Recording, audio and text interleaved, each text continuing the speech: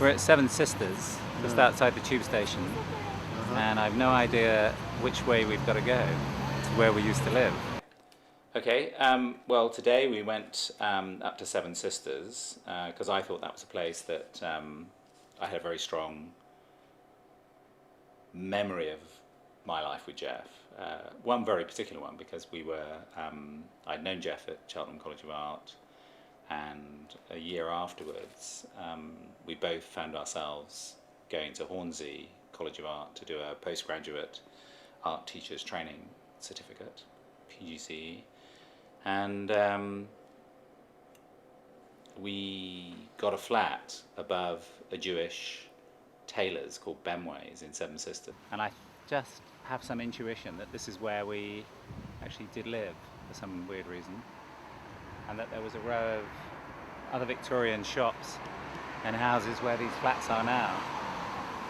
And I'd said to David, well, why don't we go round to, I think it's called Broad Lane, to where the college was. And opposite the college there was a big factory, a Gestetner factory, that made duplicators way before photocopiers.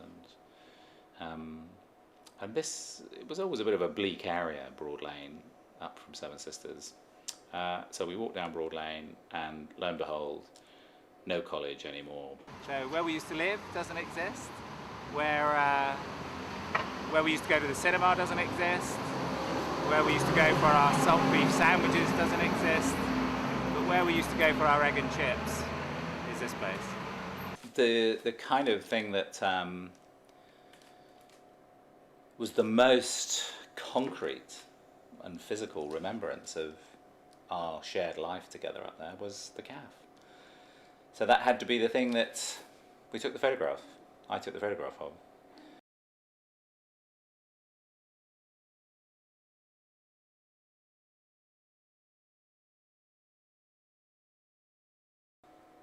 But obviously something that really interested him about this camera and its format. But I wonder who influenced him to buy this. You know, I wonder who recommended that he bought the Yashica 44. But the funny thing was, I think, although Jeff had a real absolute awareness of the aesthetic of photography and the value of photography, he wasn't actually he wasn't a technicist. You know, he wasn't like an amateur photographer. He wasn't somebody who got deeply into the mechanics of it all. You know, I think he understood it. He could use the camera.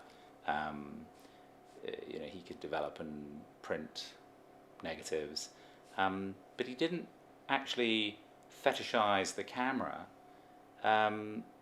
so much as kind of it was quite a utility means to an end. I mean, what he was interested in was getting images, you know, rather than. So I think he was a painter using a camera rather than, you know, an amateur photographer or a photographer. He wasn't a photographer, he was a painter who used the camera.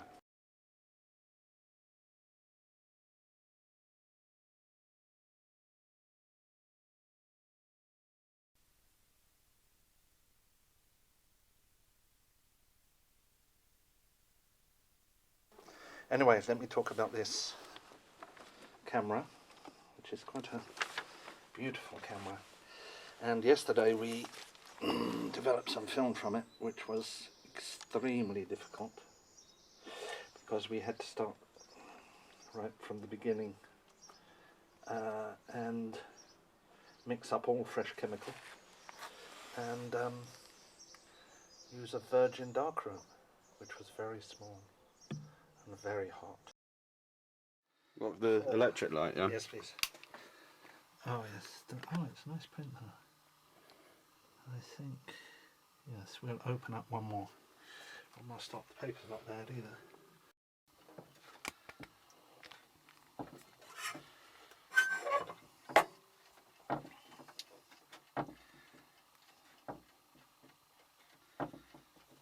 And as you know, there's this other strange picture that goes with this, which Jeffrey did in 1966, which is quite nice little things on their own.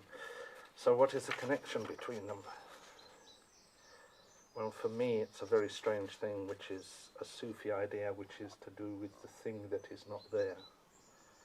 And it makes, for those people that have the knowledge of it, or even one person can just understand it, the thing becomes more than what you just see, which has its own aesthetic and is quite attractive and beautiful in its own right, but it can have at least double that impact when you think of the thing that is not there.